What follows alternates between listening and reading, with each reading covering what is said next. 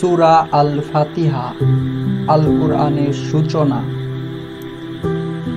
আমি বিতাড়িত শয়তান হইতে মহান আল্লাহ তাআলার নিকট আশ্রয় গ্রহণ করিতেছি। পরম করুণাময় অতি দয়ালু আল্লাহর নামে। সমস্ত প্রশংসা আল্লাহর জন্য, যিনি সৃষ্টিকুলের রব,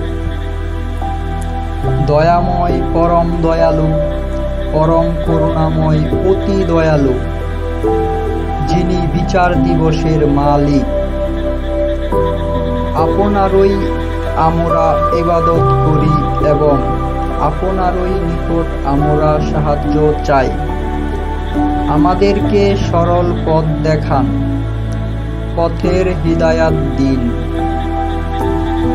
তাদের পথ যাদের উপর আপনি অনুগ্রহ করেছেন, যাদেরকে নিয়ামত দিয়েছেন, যাদের উপর আপনার ক্রোধ আপতিত হয়নি এবং যারা পথভ্রষ্ট নয়।